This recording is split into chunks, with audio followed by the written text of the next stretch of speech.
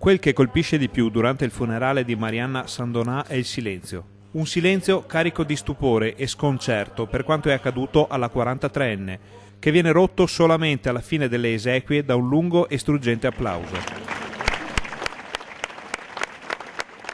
Sul sagrato della piccola chiesa parrocchiale, però, il sentimento degli amici di Marianna su questa vicenda si divide fra chi chiede una giustizia immediata e durissima e chi invece guarda alla necessità di una maggiore educazione. Ricordando la Mary, io spero che adesso le leggi cambiano per queste ignobili violenze e questa persona deve fare il resto della sua vita in carcere, deve morire in carcere questa persona e tutte le persone che fanno male alle donne o qualsiasi altra persona. Io pensavo veramente, dopo questa tristissima cerimonia, l'importanza di lasciare un messaggio costruttivo, quindi l'impegno che genitori, educatori dovremmo assumerci di allenare i figli, i ragazzi con cui abbiamo a che fare fin da piccoli, ad affrontare le difficoltà, ad accettare le sconfitte e a interiorizzare che le persone non sono proprietà nostre. Quindi vedo molta responsabilità perché